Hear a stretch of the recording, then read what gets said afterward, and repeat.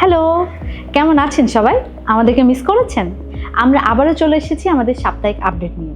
গত সপ্তাহটা আমাদের জন্য ভয়ঙ্কর রকমের বিজি এবং ঘটনাবহুল ছিল। ইভেন্ট থেকে শুরু করে ডে সেলিব্রেশন, ভিডিও, স্টোরিজ, কত কি। কোথা থেকে শুরু করব ভাবতে ভাবতে মনে হলো শুরুটা আমাদের প্রিয় পৃথিবীটাকে দিয়েই করি।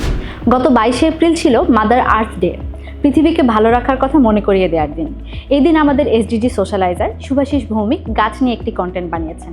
আপনারা এখনও না দেখে থাকলে আমাদের ফেসবুক পেজে যেয়ে কন্টেন্টটি দেখতে পারেন।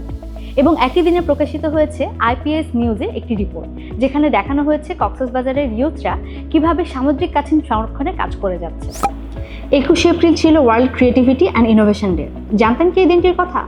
এই দিনটি উপলক্ষে আমরা এসডিজি সোশ্যালাইজারদেরকে নিয়ে একটা কন্টেন্ট বানিয়েছি, যেখানে আমরা দেখিয়েছি ক্রিয়েটিভিটি এবং ইনোভেশনের মাধ্যমে তারা কিভাবে সমাজের গুরুত্বপূর্ণ বিষয় নিয়ে কথা বলছেন, পরিবর্তন আনছেন। তাদের জন্য অনেক অনেক ভালোবাসা। এছাড়াও 23 তারিখে ছিল গার্লস ইন আইসিটি ডে। এই দিনে আমরা স্মরণ করেছি জান্নাতুল মাওয়ার মতন অসংখ্য মেয়ে এবং নারীদের, যারা আইসিটি কেন্দ্রিক স্কিল ডেভেলপমেন্টের মাধ্যমে নিজেদের ভবিষ্যৎ পরিবর্তন করছে। উপকূলের নারীদের জন্য স্বাস্থ্যসেবা যে কত কঠিন সেটা আমরা সবাই জানি। আর এই কঠিন বাস্তবতাকে মাথায় রেখে স্বপ্ন প্রকল্প শুরু করেছে একটা নতুন উদ্যোগ, মাইক্রো হেলথ ইন্স্যুরেন্স। এবং এই উদ্যোগ বাস্তবায়নে আমাদের সঙ্গে আছে সুইডেন সরকার এবং ম্যারিকো বাংলাদেশ। আশা করা যায় ভবিষ্যতে উপকূলের নারীদের জন্য ডাক্তারি সুপরামর্শ আরও সহজ হবে।